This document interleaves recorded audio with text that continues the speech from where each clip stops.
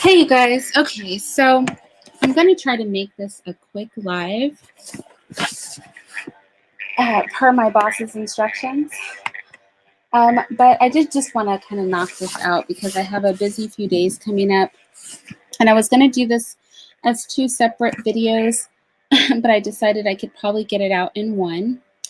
So really quick, because the first part of this is reading. And I know that sometimes when I do things that are like really intensive on the reading front, you guys can just check out on me, but don't check out on me because there are going to be some video examples that cover the document that we're going to be reading. So I'm going to be very quickly going through a neuropsychopharmacology document regarding transsexualism, transgenderism, and brain composition. So, hey Cass, hey Kenya. So something that I found interesting is I was watching, I'll probably do a video on this, I forget who it was. It was some kind of panel with a variety of people from the LGBTQAI plus. I guess that's what they're calling it now because it's like 15 letters long at this point. Literally, I'm not just saying that. Community, hey nurse student possibilities. And they were having a lot of like intermingled sort of issues. And Blair White, which is a transgender from here on YouTube, was saying that the non-binary group, the group that doesn't want to be a man or a woman, they just want to be something that's not neither male or female. She was very concerned that them putting themselves under the guise of transgender would take away the medical benefits that pay for the surgeries that transgenders get. And she said there was scientific evidence that female to or male to female transgenders have similar brains to natural women. Hey, Trey. So this got me looking to see if this was actually legit. And also why I started to do a little bit of research is in the last video that I did on the Maliki Yoba Breakfast Club interview, a lot of people were very shaken by the fact that the blonde man had such a womanly voice. And so as I was doing research on both of these separate topics, the brain composition of transgender people and the voice thing, which I knew that they could have vocal surgery. I just basically wanted to show you guys some clips of before and afters of when men get their vocal box cut to be shorter the way or tighter the way a woman's is, so that you can have that kind of higher pitched voice that most women have. I was going to show you guys some videos of that. And then I read the study. And the study, I will give you the synopsis of it, but we're going to go through just a small part of it because I want you guys to see this study so you know I'm not making this up. It essentially said that you only see the brain differences, the brain composition differences in transgenders in post-adolescence. So in childhood and in adolescence, which is essentially between the ages of, 0 to, 15, 16, 17, 18, like adult, like when we would consider somebody an adult, like 18, you don't see these brain composition differences. But the study said that because transgenders go through so much behavioral modification, and I'm going to show you the extent to which, that's why I titled this Single White Female, because if you remember in that movie, Single White Female, the crazy lady, the mentally ill lady, carefully observed the other woman so that she could copy her in every way. She wanted to dress like her. She wanted to talk like her. She wanted to look like her. And it's kind of unnerving, but transgenders study, specifically male to female transgenders, because the female to male transgenders have their whole, like a whole separate issue. And I'll talk about it if you guys want to hear about it. But because I've been talking about male to female, specifically them, they do a lot of kind of obsessive studying about women. so that they can mimic us very closely. And until you hear them talk about it in their own words, so I'm going to be playing some videos later in this live, you can't fully appreciate how obsessively they watch us, how much they've analyzed the way that we talk, the way that we dress, the way that we walk, even.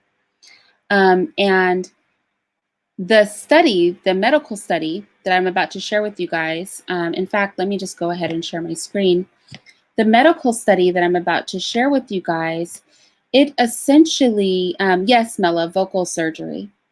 It's pretty deep. And that's why I wanted to do this video, because I recognize that I probably know a lot about transgenderism, which has formed my view about it, my view that they're severely mentally ill. And I recognize that as I was talking to you guys, that everybody isn't fully aware of the depths of this mental illness and just how much they do. We see them, we know they're dressing like women and this and that, but it's much deeper than that. And I think I wanted just to address that. So first, let's get into the study. And I just want to let me finish what I was saying because I don't want to be all over the place. But this study is basically saying that all of the behavioral modifications these men engage in to mimic women, the kind of obsessive watching of women, the obsessive copying of women, it causes their brain to change. So their behavior long term will slowly change their brain. And it provides evidence of this. And so that difference, that the fact that, you know, a male to female transgender's brain might resemble a woman's, or the fact that a female to male transgender's brain might resemble a man's, is not because they're born that way. It's because they've changed their behavior so consistently for so long and so obsessively for so long that their brain actually becomes sick and begins to morph based on their behavior. And this is something we don't hear talked about much. And that is why it was really important to me to bring this study forward, because studies like this are often snuffed out. I did a video, I think it was Brown University, whose team did a study where they showed that societal influence, strangely, this study shows the same thing, but that societal influence caused a lot of children to believe that they were gay or transgender. And the LGBTQAI plus community bullied them into pulling the study. So studies like this are hard to find because people are literally bullied into pulling them. Fortunately, Korea, the Korean College of Neuropsychopharmacology and the Office of Clinical Psychopharmacology and Neuroscience and the Psychiatry and Psychology Research Center at Tehran University of Medical Sciences in Iran, and a bunch of people got together and published this study analyzing all, and I'm going to put a link to the study in the chat. You can PDF it, and it gives literally maybe 30 studies for your perusal, and I did read a lot of them. And these kind of studies are hard to find in the United States, right?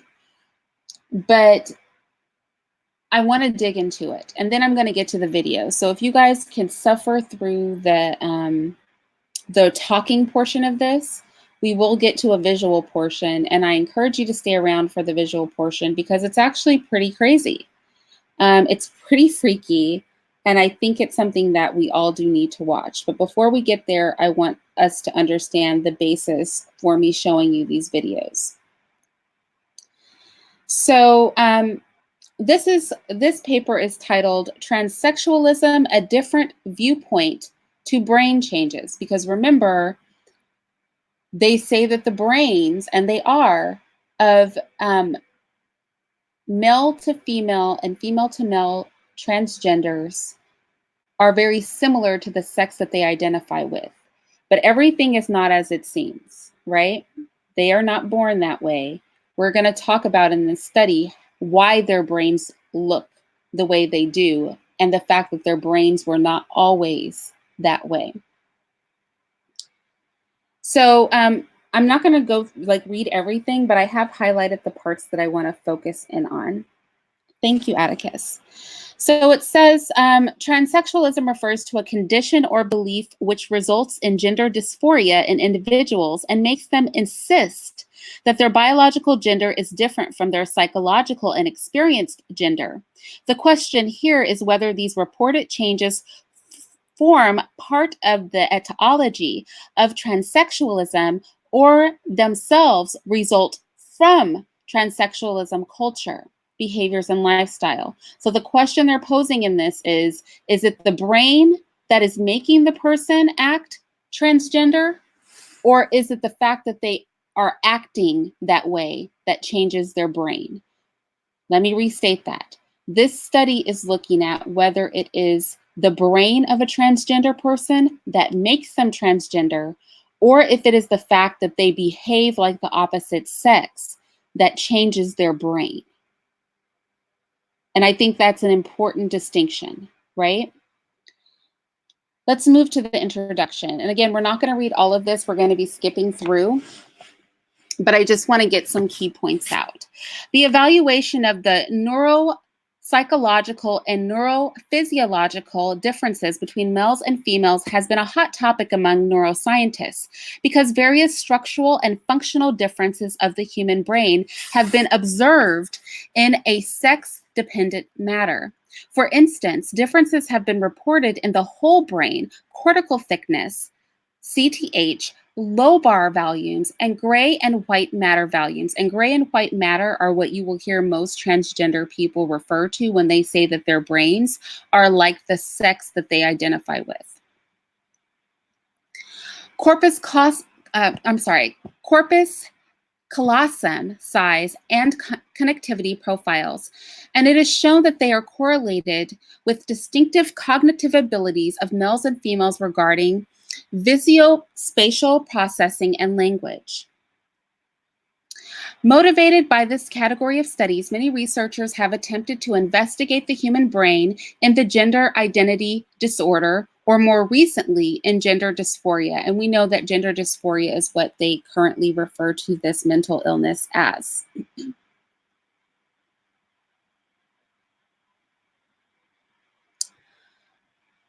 Transsexualism refers to a condition or belief which results in gender dysphoria in individuals and makes them insist that their biological gender is different from their psychological and experienced gender. Studies on twins, birth order, familial groups, and sex genes have supported biological causes, such as prenatal exposure to sexual hormones and genetic factors for gender dysphoria. These studies are sparse, and their results are sometimes inconsistent. Some studies have no obvious biological incongruities. So that's essentially saying that every study does not present the same information. In relation to the etiology of gender dysphoria, we should consider other potential mental problems and environmental factors. Review the literature on comorbid psychiatric conditions of gender dysphoria demonstrates that different estimated prevalences of psychiatric disorders have been reported in individuals with gender dysphoria. A recent study reported current prevalence of conditions according to current DSM standards other than personality disorders in 38% of male to females and 37% of female to males. So personality disorders, 38% of transgender men who want to be women have personality disorders. 37% of females who want to be men have personality disorders. The study also reported lifetime prevalence of DSM disorders, so bona fide mental illnesses, excluding personality disorders, in 68% of men who want to be women and 71% of females who want to be men. So basically about 70% of them have mental disorders outside of personality disorders. 70% of them have a lifetime history of mental illness, of mental disorders. And in addition to that, 38 to 37% of them, depending on if they are male or female, have issues with personality disorders. Personality disorders have been observed in 12% of male to females and 18% of female to males. Most prevalent personality disorders in the most prevalent personality disorders in transgender peoples were schizoid, avoidant, and borderline personality disorder. Moreover, regarding environmental factors, so first of all, what they're saying is these people are overwhelmingly mentally ill outside of their gender dysphoria issues.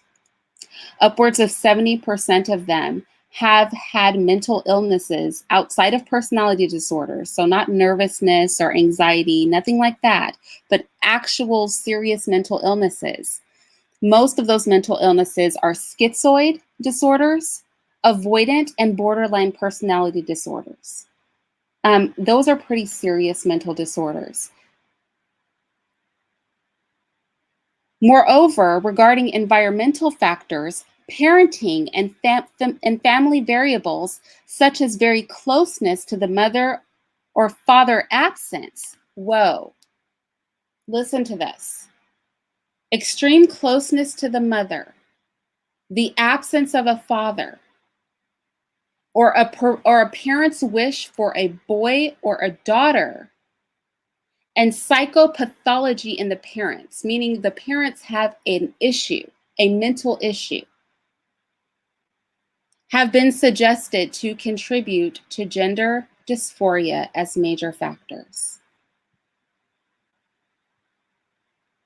And then I want to go over all of the studies that they looked at. And if you guys are interested, like I said, this document will be in the box after the end of this live.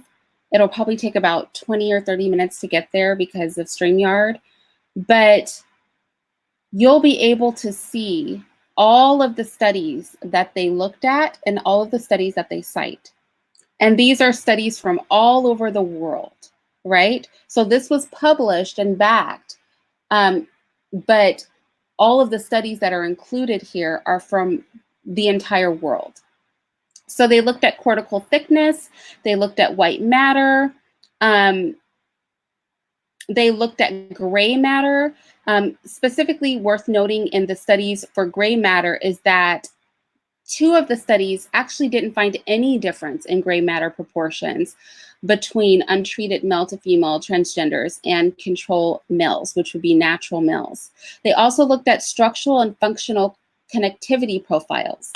So these are all of the studies that they have done on transgender people, and this is looking cumulatively at a vast majority of accepted studies worldwide regarding transgenderism. They also did task-related neuroimaging. And I have to say, it was weird looking at the task-related neuroimaging studies because they would do stuff like have transgender people watch pornography and measure like their reaction in comparison to like, you know, people who are not mentally ill. I just thought like a lot of those task-related neuroimaging studies were really bizarre. So they're worth a read if nothing else, just because they're weird.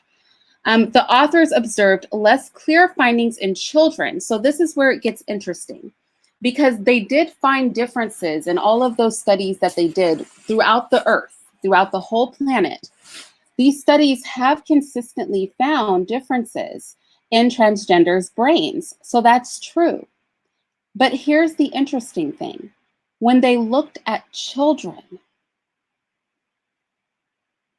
they really didn't find those differences. It says the authors observed less clear findings in children. That is, boys with gender dysphoria showed an activation pattern similar to their biological sex. And the same was for girls. In general, an overview of brain morphometric and neural activity findings in transgenders demonstrates contradictory results, which cannot reflect masculization or feminization of the transgender's brain. Indeed, there are very inconsistent neuroanatomical and neurofunctional differences between transgender subjects and same-sex controls.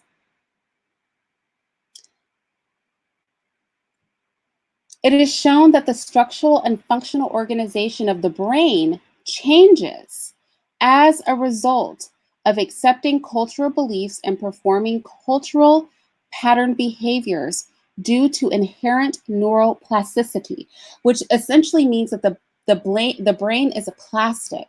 The brain is flexible and it will change because of our behavior. Our behavior can change the actual structural and functional organization of our brain. Then the modified brain directs individual behaviors fitting into a specific cultural concepts and adjusts concurrent social cultural environments. They call this the CBB loop model. And it suggests two types of behavior. Culturally contextualized behavior indicates observed actions. This is really important and why we have to keep our children away from television and all of that kind of stuff. Observed behaviors. So the exposure to the behavior, which is what that Brown study found, that they had shut down. And Brown's study was here in the United States. Exposure to behavior, inappropriate behavior for your sex, can affect the brain. That is what this study and all of the studies it looked at from throughout the world showed.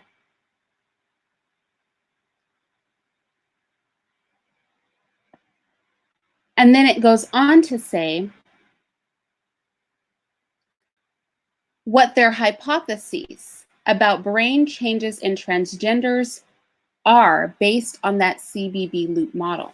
That loop model of you taking in information that causing a change in your brain, and then because your brain is now changed, it then causes the behavior. A review, so for example, we see this in post-traumatic stress disorder. That's a perfect example, right? So in post-traumatic stress disorder, a person is traumatized. So maybe if you've been in a car accident and you have post-traumatic stress disorder, loud noises may cause you to have a reaction. That's not something that existed in you prior. But your brain has now changed because of the trauma. And so now your behavior is modified because of that trauma.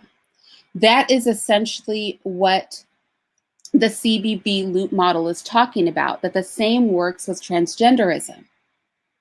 That if you have a parent, if you remember back where we read in the study, if you have a parent that, has a little girl, but they really wanted a little boy, they may treat that child in a more masculine way.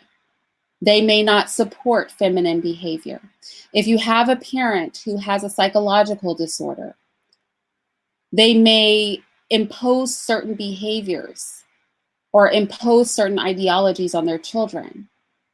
If a child is exposed to inappropriate content, inappropriate situations, it can model their behavior. This is essentially intentional and or unintentional grooming of the mind. Very similar to pedophilia, right? You expose the child to sexual activities, and then you are grooming them to be prepared for the actual act. Something very similar happens according to the CBB loop model. And it's reinforced by that person then engaging in behaviors that are inappropriate for their natural sex. And the more they engage in those behaviors, the more their brain changes. But let's take a look at the data. A review of genetic studies on sexual orientation and transsexualism, as well as homosexualism, revealed that No clear and distinct genetic relationship with transsexualism and sexual orientation has been observed until the present time. Until recent history, there was no indication that it was biological in nature. Therefore, it might be expected that the changes that occur in the brain of transgender individuals start to appear after a particular period of particular stage and period of life.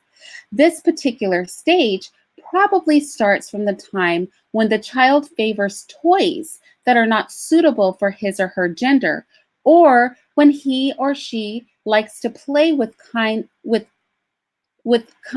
kids of the opposite sex alone, like when they won't, like a little boy that will only play with little girls, and then there's no correction by the parent there, but he just only plays with little girls. He refuses to play with little boys. Or a little girl who only wants to play with little boys, doesn't want to play with little girls. Or when he or she is brought up in a family that does not accept his or her gender. And I think this is a lot of the case with these kids, transgenders that we see, is that their parents have a lot to do with that.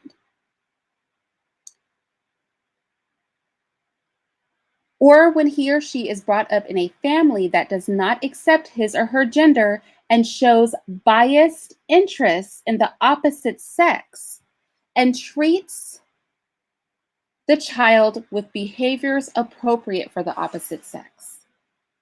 Can we talk about the parents that want babies?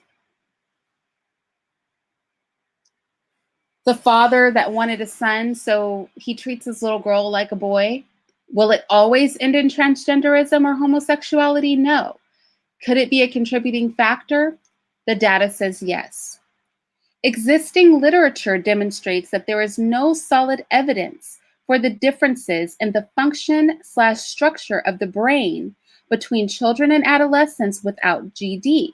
So when these people are children, their brains look normal. This is very important because the transgender community will say, well, the gray and white matter of the brain looks like the sex we identify with. But it is important to note that studies from across the globe, from all over the world, show that children's brains look normal. When they are children, their brains look normal. It is only after adolescence that we see those brain changes. That means they're not born that way. That's what that means.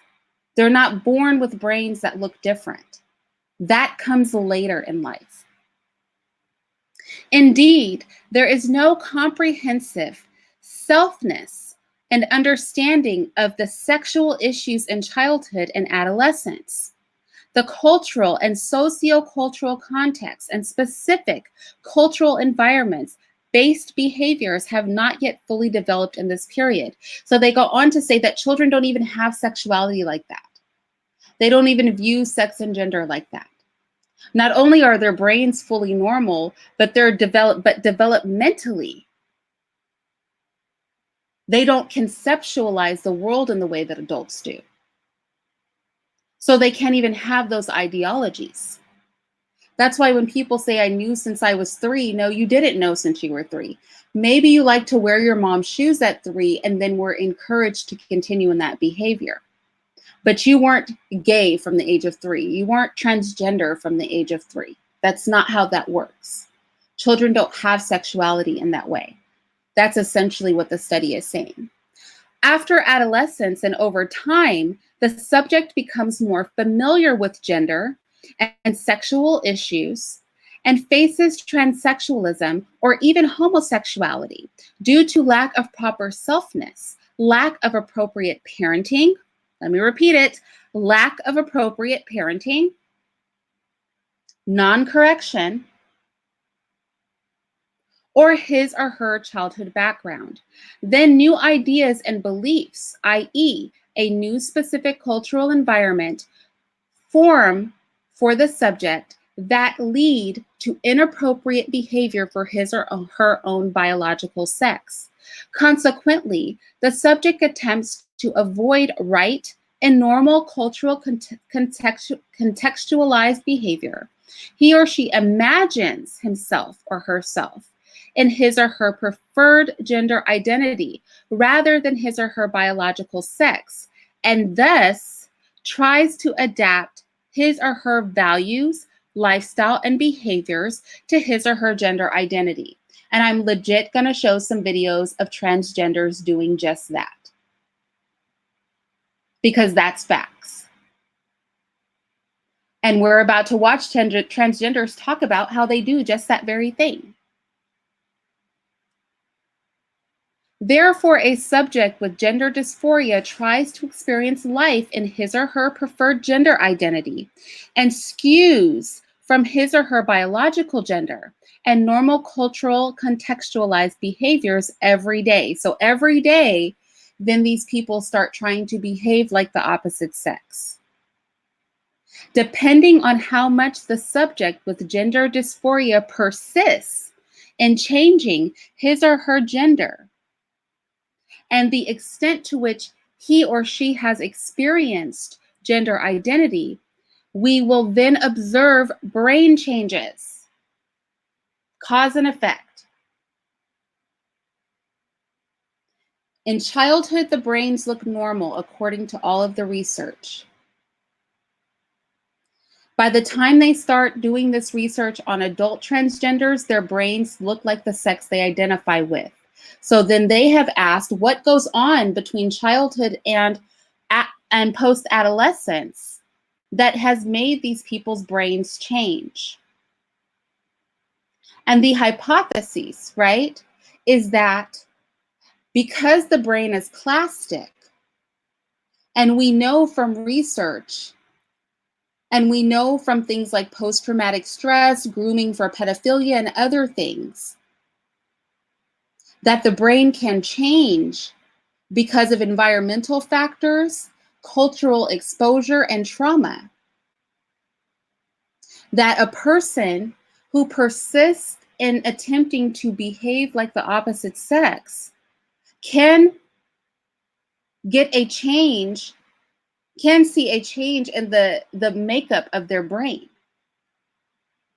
They said, depending on how much the subject with gender dysphoria persists in changing his or her identity, and to the extent which he or she has experienced gender identity, we will observe brain changes, and as a result, related culturally voluntary behaviors.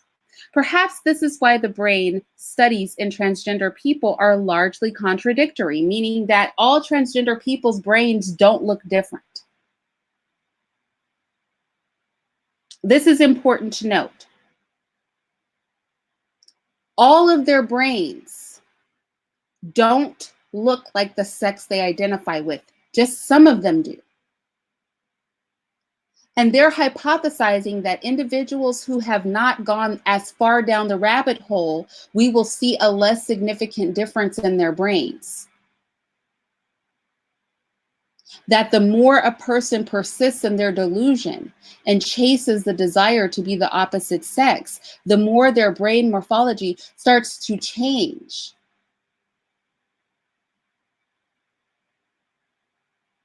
Because of their behavior, their persistent and constant delusion.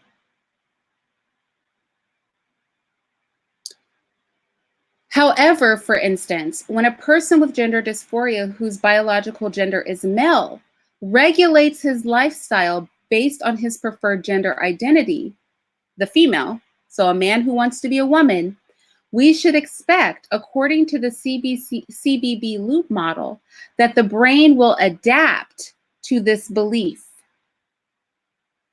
and this lifestyle with time, and consequently changes in function, and then the structure of the brain.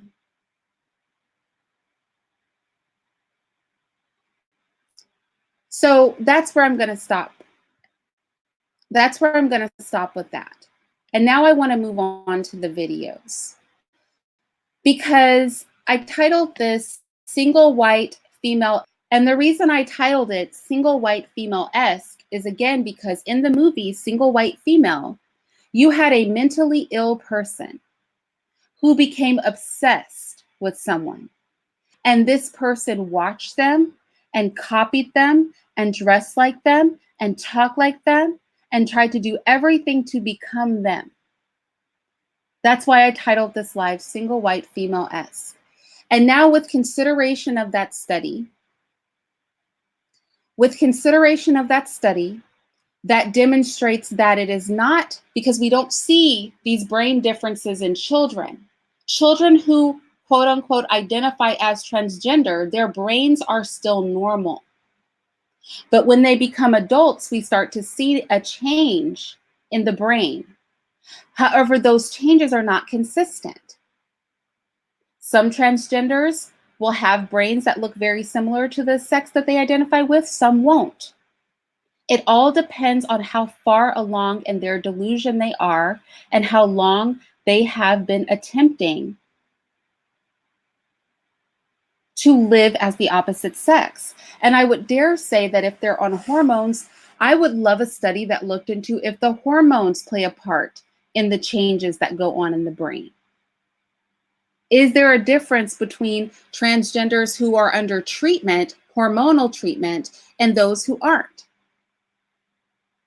So with consideration of that and single white femalesque, I want to start with how to pass. We're just going to play small snippets of all of these videos. I just want you guys to take a listen to this. I want you to listen to them talk about what it is like to pass. Yeah, we're going to be looking at videos on how to pass, how they tuck their penises to hide them. We're going to find something really interesting as they watch how women walk. Women walk a certain way because our bodies are built different than men's. That's why our hips sway. Transgenders watch this and they practice it. Like, that's why I'm calling this single white femalesque. They study women very closely to mimic them. And then we're going to talk about vocal surgery. So there is a surgery because women's vocal cords and men's vocal cords are different. That's why women sound different. And we're also going to look at some transgenders talk about, because they've really thought this out, talk about how they change their voices prior to voice surgery, or if they opt to never get it.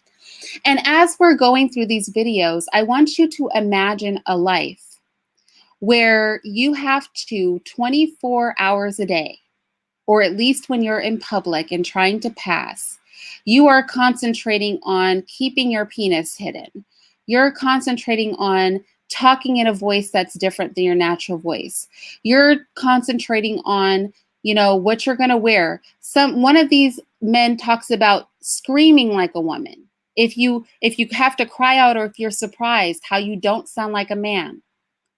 So when somebody is so deep in their pathology and so deep in their delusion that everything about their life, they're constantly fixated on presenting and being something that they're not.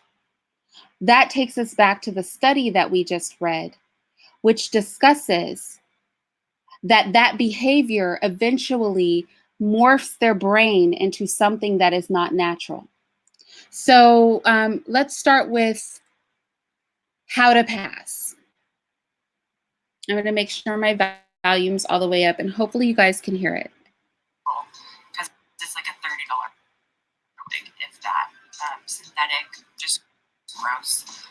So just kind of like for a smoother ride, I would recommend just get a good wig if you're going to wear one. Pay a good amount, invest in it, because it's going to be worth it. Get human hair, something that just looks like natural human hair. Because especially after ditching the wig, my hair finally grew out long enough to do a little pony, which I am in love with. I realized, like, okay, wow, natural hair really does contribute to passing a lot more than I thought. An obvious wig can just contribute a real, like, artificial look to you, and it can just kind of honestly, like, do the opposite of what you're trying to do, which is look natural and fit in. And it can actually just bring more attention to you, and just, I don't know, I would notice when I would put the wig on, since it was just so bad and didn't look like natural hair, that's when I really had to cake up the makeup to So this man, this is a man that we're looking at. I do want to make that clear. This man was saying how if you have to wear a wig, make sure it's a very good wig. But it's better to grow your hair out because you'll be more passable with your natural hair. And that if you have to wear a wig, then you have to do an uptick in makeup. And makeup is a common theme here. So us women are really shooting ourselves in the foot with all the makeup because makeup is one of the ways that they help themselves pass. And you'll notice that all of them have on an interestingly high amount of makeup, more than we may realize. Let's go ahead and go to the next video.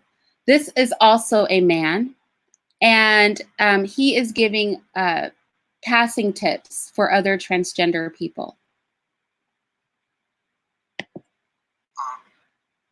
But makeup gives, sorry, I'm like looking down, I'm cheating because I forget what I wrote.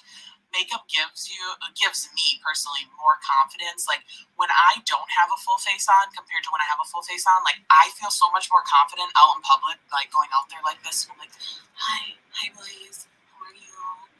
Like compared to barefaced, I'm like, I don't like to go to stores in that barefaced. I don't feel like I pass as well. People say I pass, but I don't think so. So it's just. So again, another transgender, you'll notice they were both wearing eyelashes, heavy eye makeup, lipstick, blush, the whole nine. They're doing everything. That's why I said as women, we don't help ourselves because it's easier for them to pass. If women didn't wear this much makeup too, they would really stand out and their faces would look more manly without the makeup. Unfortunately, with breast implants and makeup, and then as the other transgender said, it's best to grow their natural hair out because natural hair helps them to look more feminine. You heard this transgender say that he is not even comfortable going to the store without makeup because he doesn't feel he can pass without the makeup on. Let's go to one last one. It was hard for me to find Black people because most transgenders are white. But I did pull 2 Black people. I will say in the next group of videos, you are going to be seeing the bodies of transgender people in bikinis. If you're going to be confused by seeing a man with his penis tucked, with a very feminine looking body, or if you're going to be offended or anything like that, you're going to want to probably leave my video in about 3 minutes. Because in about 3 minutes, we're going to be watching tutorials on how they tape their penises and scrotums down so that they can present as people with female bodies. So yeah, that's just a warning. Don't say you were not warned. Okay, so we talked about makeup, we talked about hair. Now I want to talk about outfits and like your appearance when you go out, because this can be a dead fucking giveaway. I had to learn like in several hard ways that the way that I was dressing was just getting me clocked. Okay, so I like to wear stuff that is high-waisted with a belt. I like to have it cinched in. Something that isn't going to draw too much attention to yourself unless like you want attention. Wait. Yeah. Okay, so we just saw that man's body, and I just want to show you because he was nice to do the whole tutorial. He did like a whole makeup tutorial. So let me see. I just want you to see. That's how he started out. And then he ended up and that's basically the idea of where we saw him. Okay, so let's go to the next thing. Now we're going to be looking at how to tuck. So far we know that they are very cognizant of their hair. They're very cognizant of makeup. As the last man was talking about, and yes, this is a man too. I don't want anybody, we're only looking at men here. So I don't want anybody to be confused.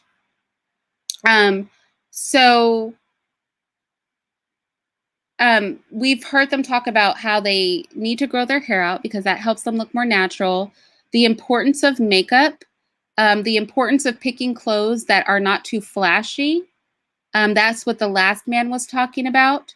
He also suggested that if you are Black or if you aren't Black, but if you're transgender, but especially for Black men, that if you wear bangs, that can help you appear more feminine. Now we're going to look at some videos on how to tuck penises.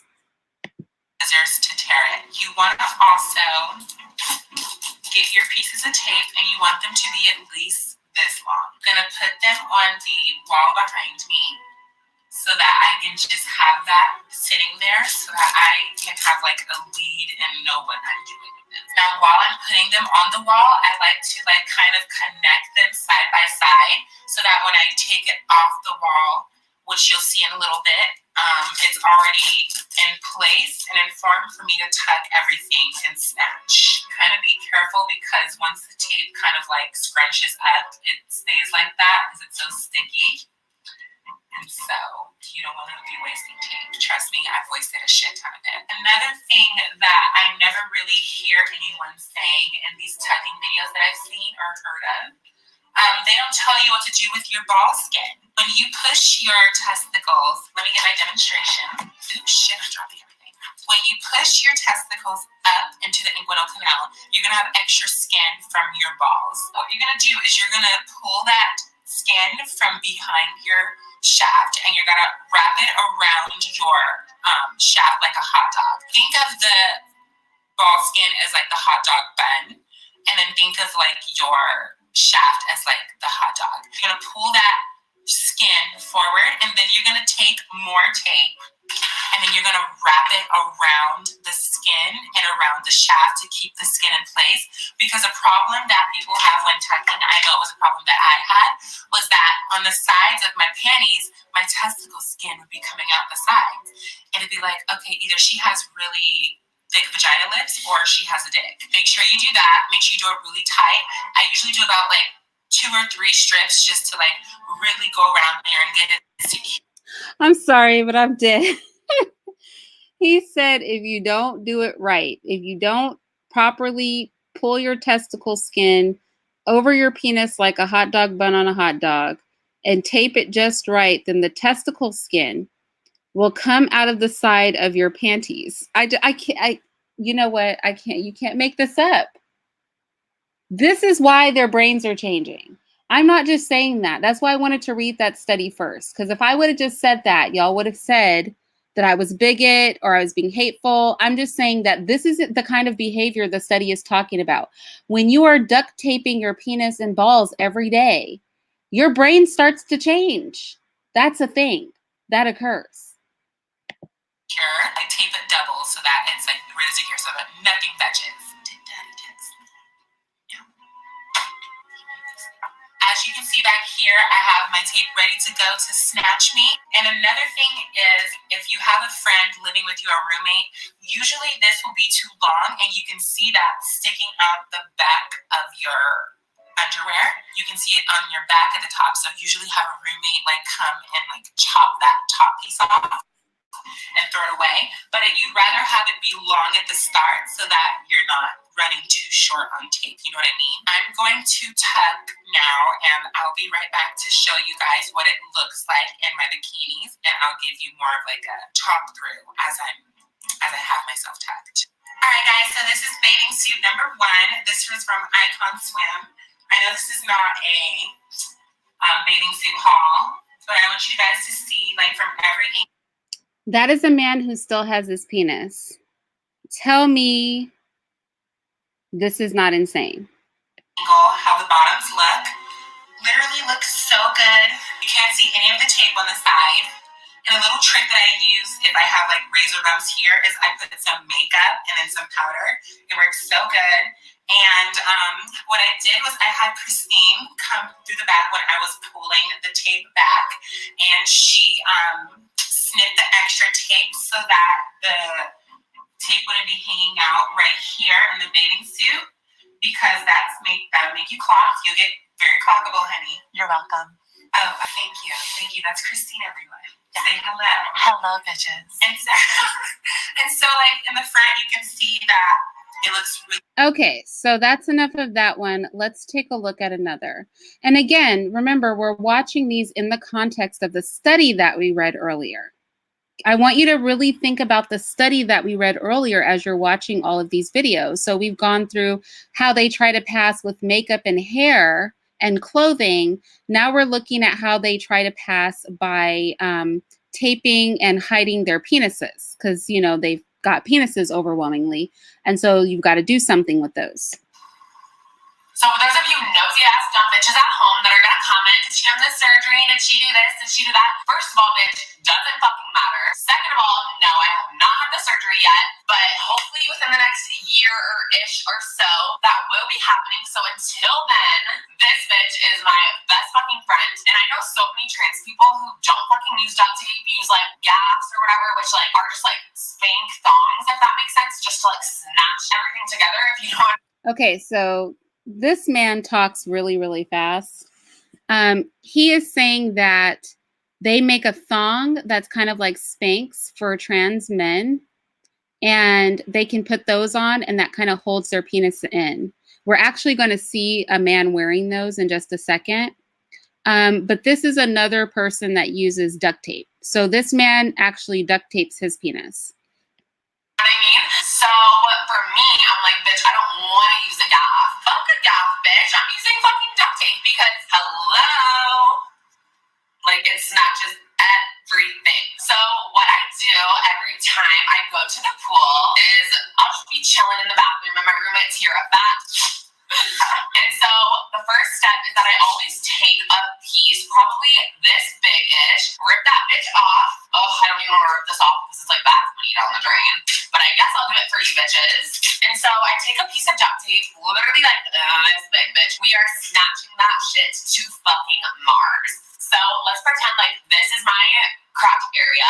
Wait, does that even make sense? Okay, so let's just pretend that like this is like my thigh gap, if that makes sense. And so what I do is start on like my upper crotch area, like right below your bikini line, and you kind of just start like right here. And then what I do, oh hi ass. And so what I do then is go like behind, and then you pull it all the way back up your fucking ass, and that's step number one. And so then you just repeat step number one, and then like with another piece of duct tape, the same side, you kind of create like a line, so you go like across your crotch area, right where your bikini will be. And you have to make sure you're not just like slapping the fucking duct tape all over your ass, because then it's like, hello. Okay, so that is number 2. And let's go to number 3, and then we're going to move on to some other things that they do. So this is one that does not use duct tape, and he's going to give a better tutorial. He's actually going to touch his penis. So this should be fascinating. You guys won't see the penis though, but he's definitely going to grab his own penis. We will observe that.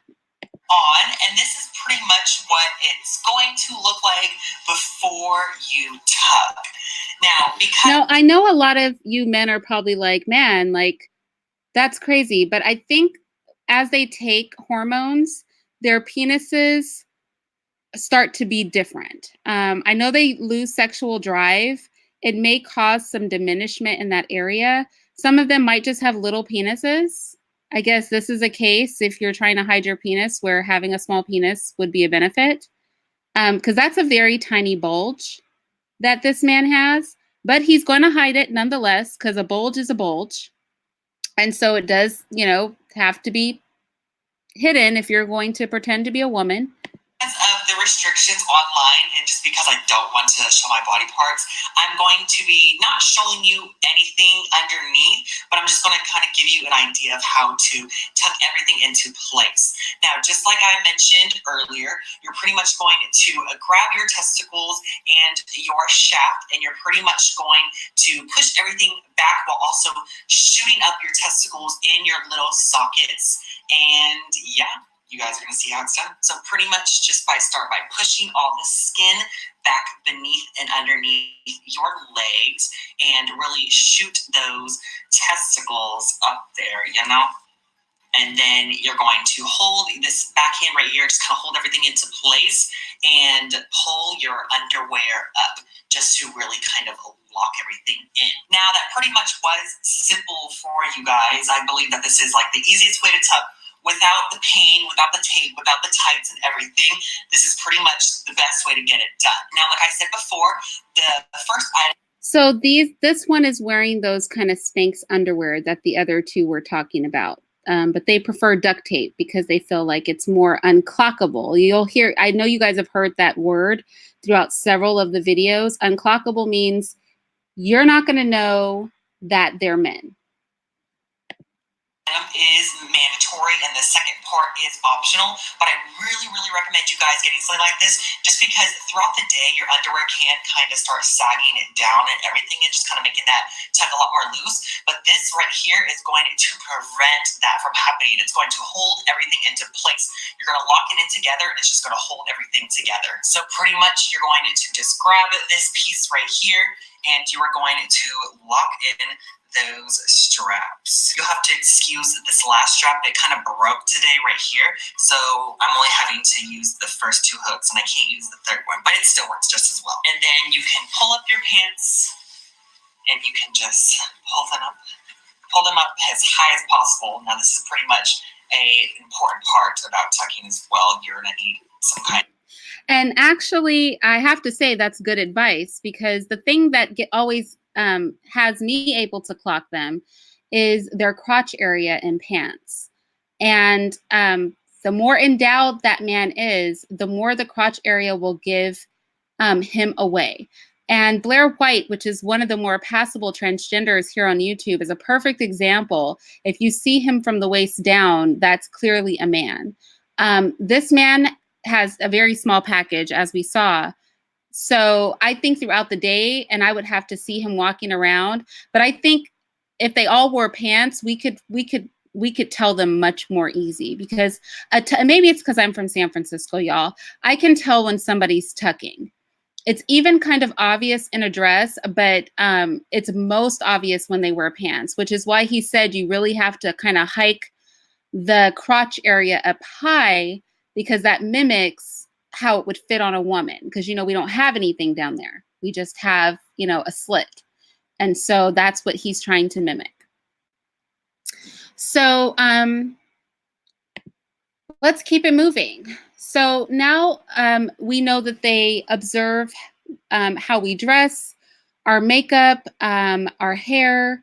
We understand how they tuck their penises. And remember, this whole conversation is in the context of the study that we saw earlier that says that as children, their brains are normal, but the more they engage in these behaviors that we're watching, it starts to change their brains. So when transgenders say, well, our gray matter, our white matter, and actually many other things that we covered in that study, are very similar to the sex that they identify with, I want us to be clear that they don't start out this way.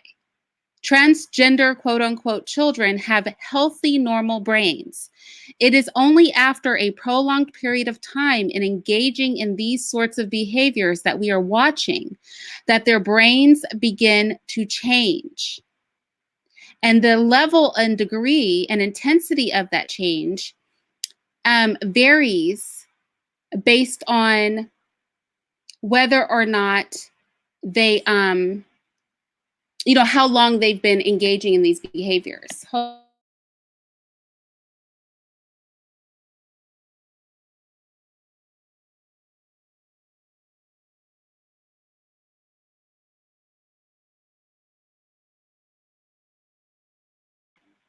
Sorry, my man wanted me. Okay, so I want to go to how they walk, and then I want to end with voice, because voice is another something that was difficult. And the voice part I really wanted to address because I know in the Breakfast Club interview, so many people were kind of shook by the fact that the blonde dude basically sounded very feminine. But there's a surgery for that to help them sound like women.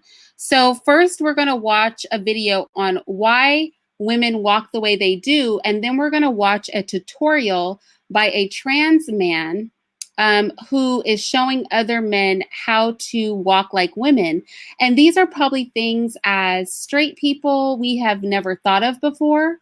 So it's really interesting to see the depth with which they really observe both men and women, because they are obsessed with the idea of transforming themselves, or at least emulating and imitating the sex that they want to be. And again, I know people were asking about the female to male, and I will take a poll on my community tab if you guys really want that. But right now we're just doing male to female, because the female to male, that's like a whole different box of, worms. The sway of the hips is associated with beauty and femininity. If you look closely at the woman in the yellow dress, you'll see that when her right foot leads forward, her right hip appears to rise and swing outward. As her right foot moves behind her, her right hip moves down and swings in slightly.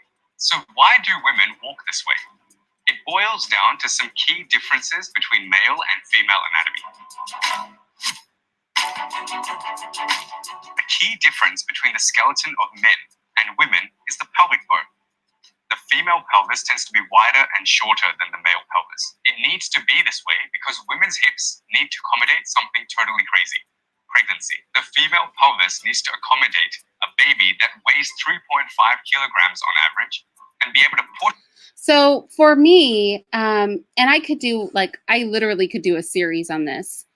For me, I recognize things about men and women. So remember when I did that video on facial feminization, and I was saying that certain traits are masculine in faces. And actually, if you guys were paying attention to those transgenders who had not had the facial surgery, they all had prominent brow ridges. They all had an angular jaw. Things like that are signs of masculine features in men.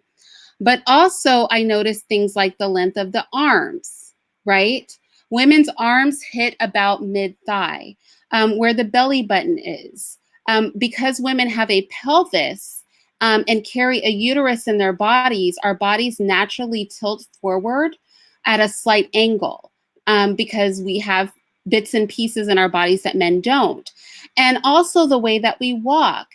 Women don't sway their hips because we're trying to be sexy. I mean, we do exaggerate it sometimes to be sexy, but it's a natural way that we walk because of the fact that our bodies are literally very different than men's. This is not a superficial difference. We have organs you guys don't have. We have, our pelvises are shaped differently.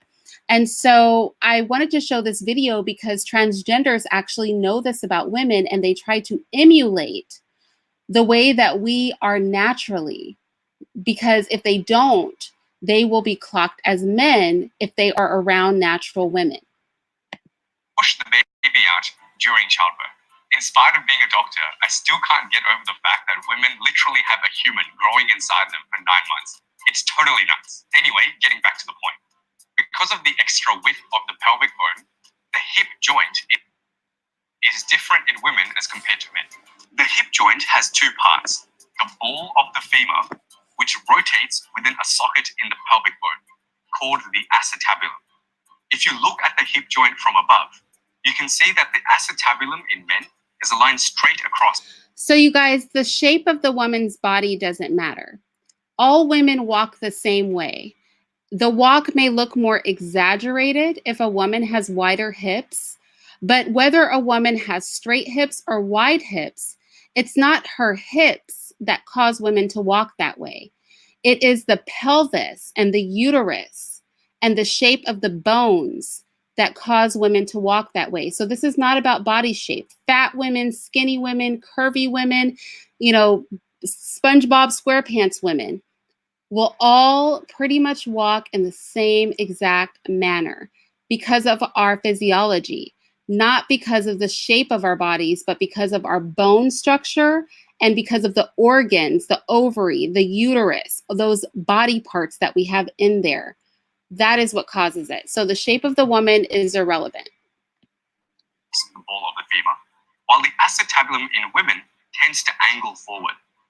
This is called the acetabular anteversion angle, and women tend to have higher anteversion than men. This means that in women, the pelvic bone needs to move along with the femur as women walk, as compared to men, where the pelvic bone stays roughly in the same position while I know that he is boring, but it's important that you guys watch this because I want you to understand this, because we're about to watch a transgender person give a tutorial, and this will put in perspective what he's explaining to other men about how to walk. men walk. Now looking from the front again, you'll notice something different when it comes to the angle of the femur. In men, the femur has a small angle moving in towards the center of the body. But in women, the angle of the femur is much larger. This angle is called the Q angle, and on average, the Q angle is 4.6 degrees greater in women than in men. This doesn't seem like a lot, but it makes a big difference in how women walk. In women, the combined result of a wider pelvis, greater anteversion of the acetabulum, and higher Q angle means that the pelvis has to rotate in order to allow a woman to walk. All right, so again, let me mute it and we'll watch these women walking. It's important to note that the reason women walk the way that they do has nothing to do with anything other than our bodies are literally built differently. So now we're about to watch a man give a tutorial on how to walk like a woman versus a man. So again, we're looking at all men, so let's go ahead and take a look at this. Walk and kind of what's going on with that and what's behind it. So with a guy, he walks with one side of his body at a time. So he'll start with maybe his left side or right side, doesn't really matter. So let's just focus on the left because I'm left-handed. He will move his whole body to one side. So his shoulder, his hip, his foot, everything will go that way. And then when he takes his next step, everything will go that way. So it's kind of like a really rigid zigzag motion when he's moving. So it will look something like this, guys. So this is a bit scary for me, but I'm just going to do it. So you'll go like that and like that. So like this.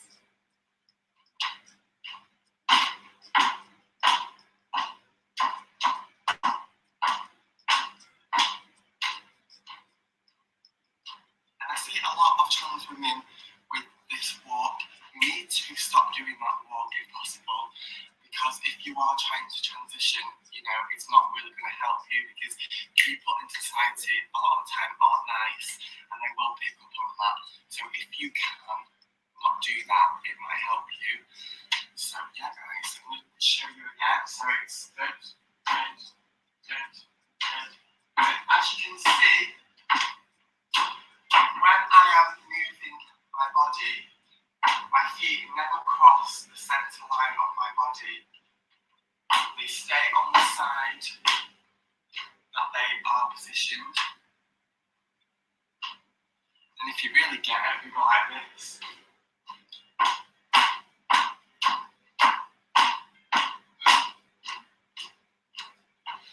Now, to look more feminine / female, what you need to do is you need to keep this central bit of your body to just under your bust, so from your chin to kind of just below your bust, this square here, this core area needs to stay central at all times. You do not want to move this from side to side, because then you're going to... So as you're listening to this, again, I want you to think of the study. Imagine walking through the day. He's about to talk about how to walk like a woman. Imagine walking through the day and having to constantly fixate on making sure that you walk a particular way.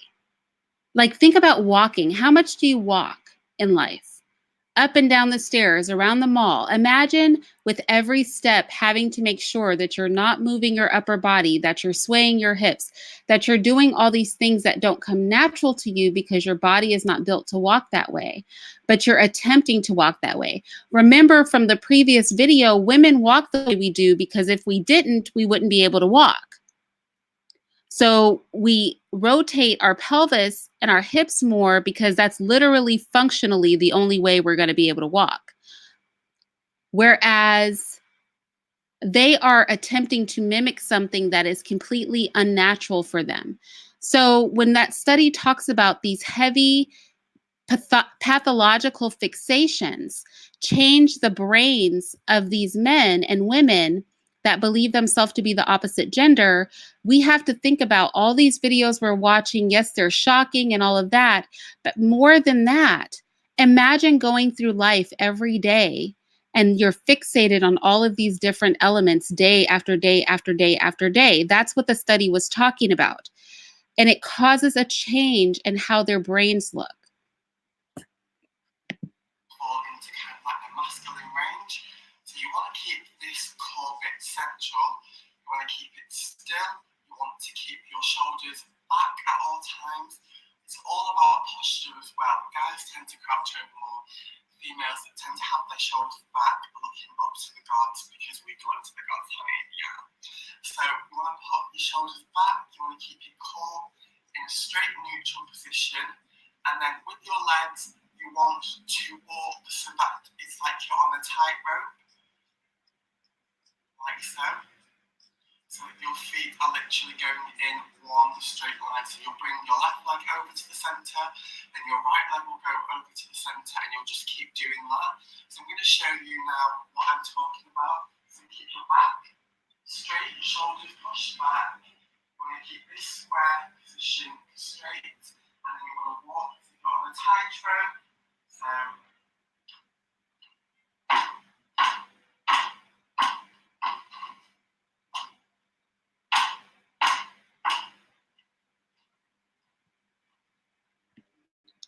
y'all, he's trying so hard. He's saying you can, if you put your hands on your hips, it helps you to get the motion. He's trying so hard. Let's move on to the voice, okay? Because the voice I noticed was a major issue for people in that Breakfast Club interview. So first of all, let's talk about the voice surgery. Let's go there first. Let's go to the voice surgery and just watch how the procedure works. And it will also explain why their voices sound the way they do when they try to mimic women when they haven't had the surgery yet. And I think a lot of this is useful too, because we don't realize how different men and women are until you delve into what these men do to mimic us. Your gender reassignment surgery is behind you. You are nearly the woman you were meant to be. Although you look and feel feminine now, there is still one important element missing: a female voice. While performing the procedure reducing the size of the Adam's apple, which gives a more female contour of the neck, the same incision can be used to increase the so-called vocal pitch by a small operation on the larynx. The surgery takes 30 minutes and can be performed under local anesthesia. The cricoid cartilage is approximated to the thyroid cartilage with several firm stitches under the skin which cannot be seen nor felt. This tilts the cricoid upwards and brings the thyroid downwards, creating more tension on the vocal cords, resulting in a higher feminine voice.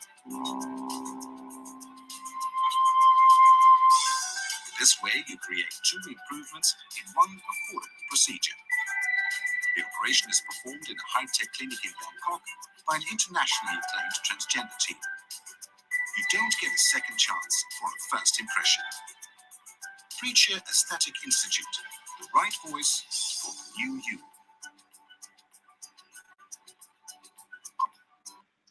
So we observed how they change the man's vocal cords to more closely mimic women's to raise the pitch of their voice. So if you do meet a transgender and they have a very feminine voice, some men, their voices never drop a whole lot, but do know that they are able to get a surgery to give them a higher pitched voice. And a lot of transgenders are very open because they know we're not watching their videos. They put up videos of before and after, like how they sounded before and after the surgery. So it doesn't hurt. I think when we talk about co-signing transgenderism and these movements and things like that, I feel like most people are unaware of how deep this actually is and how deep of a mental illness this is. And, you know, again, all of this in light of that study, that this obsessive behavior actually causes their brains to change. It causes them to become more sick. And I think that has to be considered, especially if we're talking about compassion and genuinely caring for people and what is actually right and what we would want to do if we were in the throes of a mental illness, how we would want people to react to us. Do we want to be enabled or do we want to be treated? That has to be the question.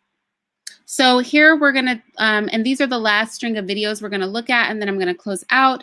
We're going to look at some videos regarding how they practice sounding like women. Hey guys, so today's video is going to be about yelling in a female voice and what that entails. Now, obviously, if you're in a male voice, you're going to yell like, hey, hey, something like this, right? Which means just elevating the pitch and the volume. Most people will typically look at yelling as just elevating the volume. But there is a change in pitch, even in a male voice, which is, known for being more monotone, right? However, in a female voice, you can't yell like this, right? That shit don't work. That's too low. So here's what we're going to do. First of all, we're going to look at the mechanisms that make up yelling. Like, what part of our voices allow us to yell in the way that we want to yell? We have two.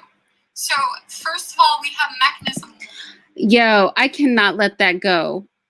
Can we just rewind this for the difference of his male voice and his female voice? Like, am I the only one who is shook by how deep his male voice is and how high his female voice is? This mess is crazy. I have to rewind that because you guys, that's crazy. I'm sorry. Hey guys, so today's video is going to be about yelling in a female voice and what that entails. Now, obviously, if you're in a male voice, you're going to yell like, hey, hey, something like this, right? Which means just elevating the pitch and the volume. Most people will typically look at yelling as just elevating the volume. But there is a change in pitch, even in a male voice, which is, known for being more monotone, right? However, in a female voice, you can't yell like this, right? That shit don't work. That's too low. So here's what we're going to do. First of all, we're going to look at the mechanisms that make up yelling. Like, what part of our voices allow us to yell in the way that we want to yell? We have two. So first of all, we have mechanism 1, which contains mix 1. Mix 1 is chest voice that has taken on attributes of head voice, okay? So that's going to sound something like this. Hey! Hey! Hey! You left your shit here! Hey! Hey! Hey! You left your shit here! Right? Sounds kind of yelly. Hey! You left your shit here! That would be mechanism 1. Mix 1 within mechanism 1. Wait, can we just take a brief moment to acknowledge that this is a tutorial on how to yell and still sound like a woman? Y'all, people, am I the only one who recognizes how deep this whole thing is?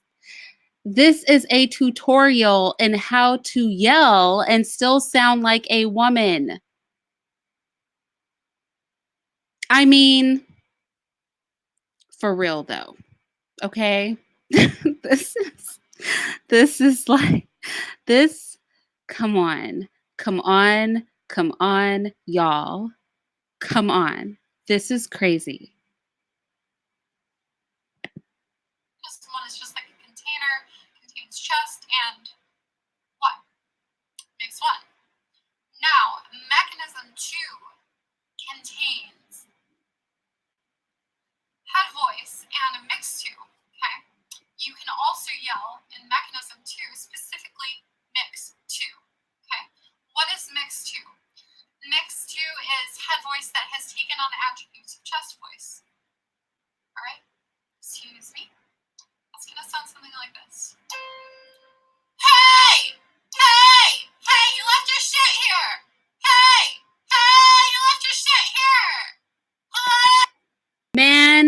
I cannot get over the fact that his voice was hecka deep just like 2 minutes ago.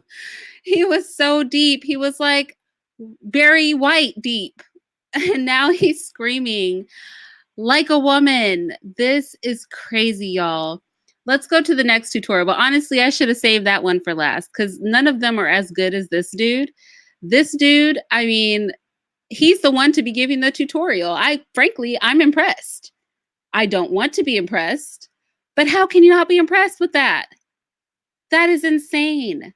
But what is more insane is that this fool practiced this. Imagine how many hours, how many months it took him to get to this point. And now he is giving a tutorial to other men on how to do the same. And they are only encouraged by the fact that his voice is naturally very, very, very white deep. And he has managed to get his voice up high. And I don't know if you guys were watching his Adam's apple, but when he talks in his regular voice, it pokes out really far.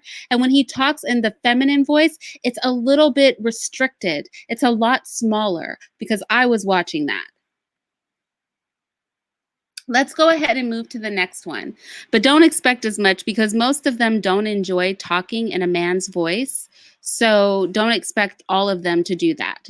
He is one of the few that feels comfortable reverting back to the masculine. I noticed on a lot of these videos, they really don't like dropping the charade. It makes them very uncomfortable.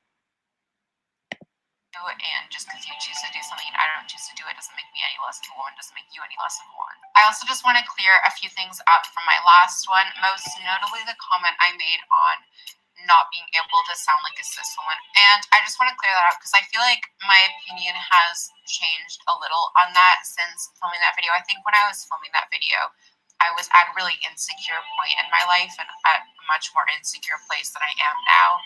Now I pretty much think that I do sound like some cis woman. You know, I don't think my voice has changed that much since filming that video. I think it's my perception of my voice.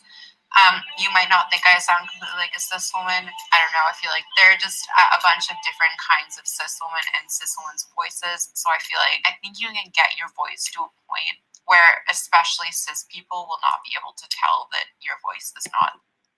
I want you to listen very closely to what this man's about to say. He's like, I think you can get to a point where especially cis people, especially straight, normal people, won't be able to tell that you are faking your voice. But listen to the next thing that he says. The next thing he says is that we don't pay attention. The way that they obsessively watch men and women because they want to mimic us, we don't obsessively watch each other that way. So he is about to say that we don't pay attention the way that they do. So we don't notice them because we're not watching. And that is why I'm making this damn video. Because they are observing us. That's why I call it this single white female. Remember how that crazy lady observed that other woman and mimicked everything about her. They are observing us. And they know that we are not observant like they are. We aren't walking through the world trying to impersonate the opposite sex like they are. So listen to what he says next, because I think it's important that you guys know that they think this about us. That of a cis woman, you know what I mean? I feel like, especially as trans people, we criticize ourselves quite harshly a lot of the time. And I feel like it helps to take a step back and realize that cis people are really bad sometimes at realizing things, you know what I mean? So yeah, there's that. I think you can get your voice to the point where it's maybe, if not identical, it's like indistinguishable from a cis woman's voice in at least cis people's eyes or whatever. So yeah, that's basic. Did you hear what he said? He said cis people, straight, heterosexual, normal people aren't really good at observing things like that. And you can get your voice to sound pretty passable, at least to them, at least to us. And that is why I'm doing, like I'm telling you. I mean, I know that I started with that study and that was a lot of boring reading at the beginning of this, but that study was to set us up for this. And this is the precipice of this video.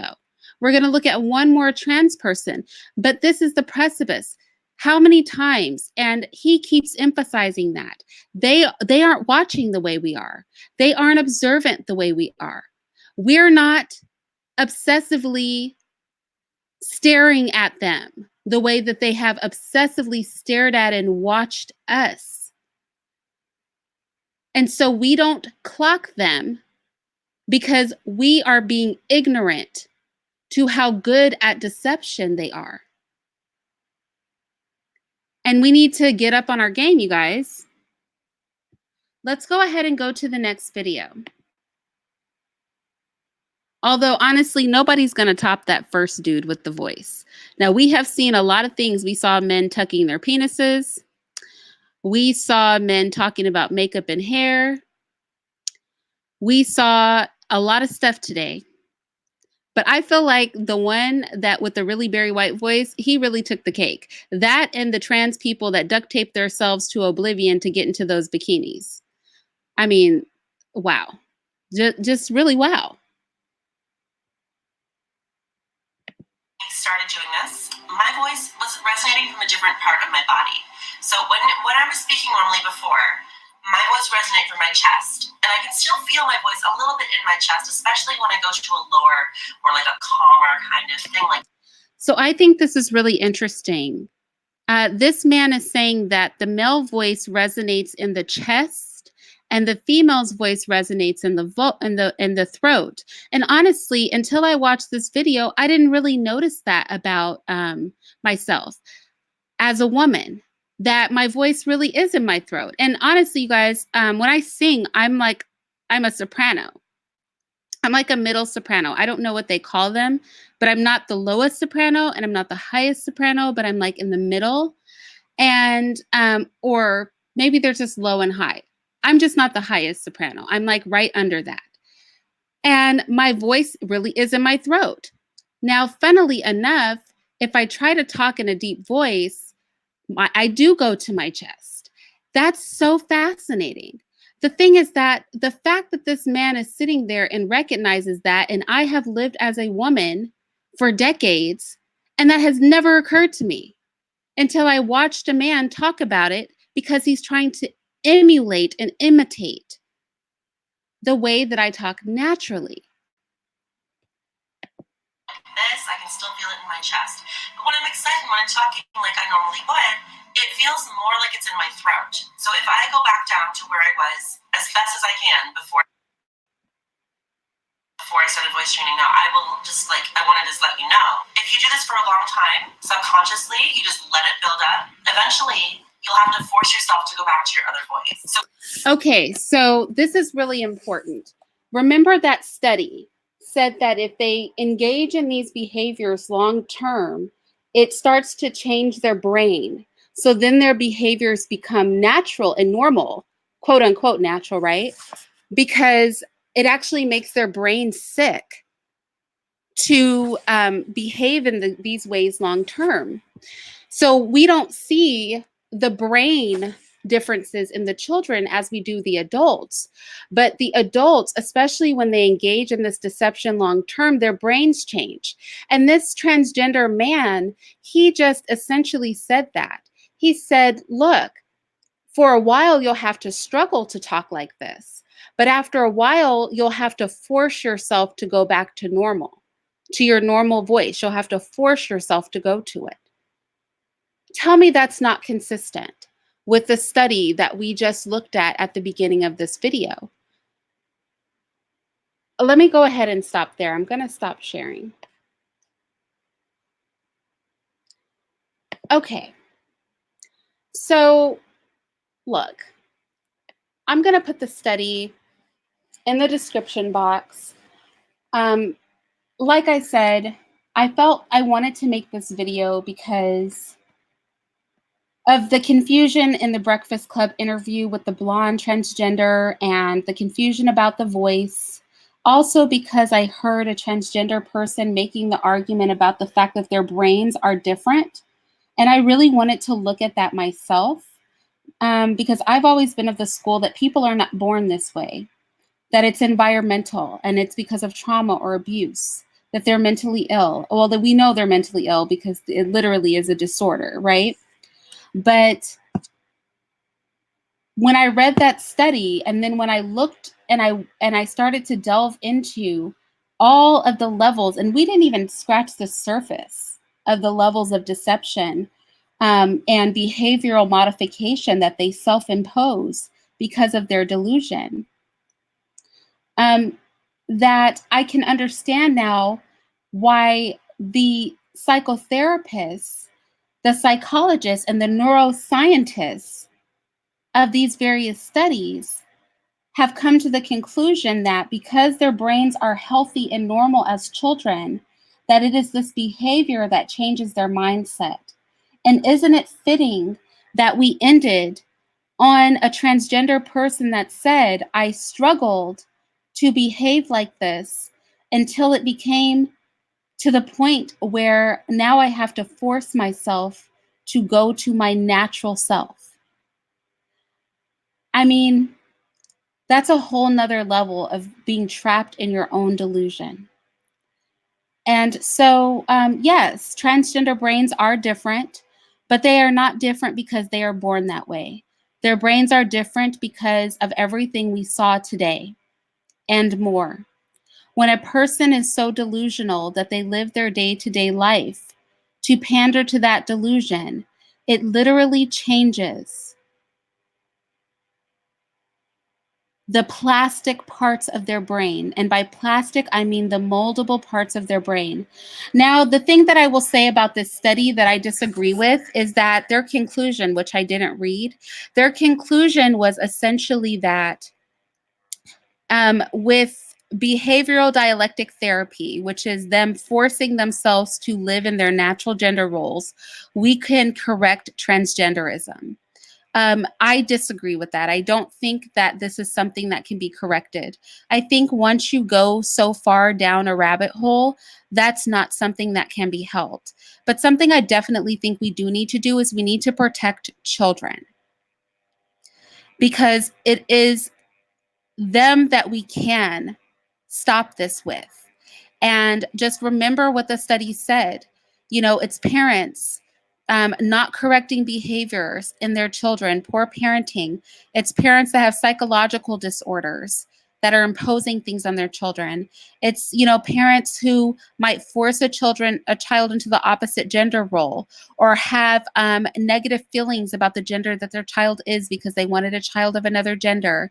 It's societal impact. So constant bombardment with homosexual and transgender propaganda.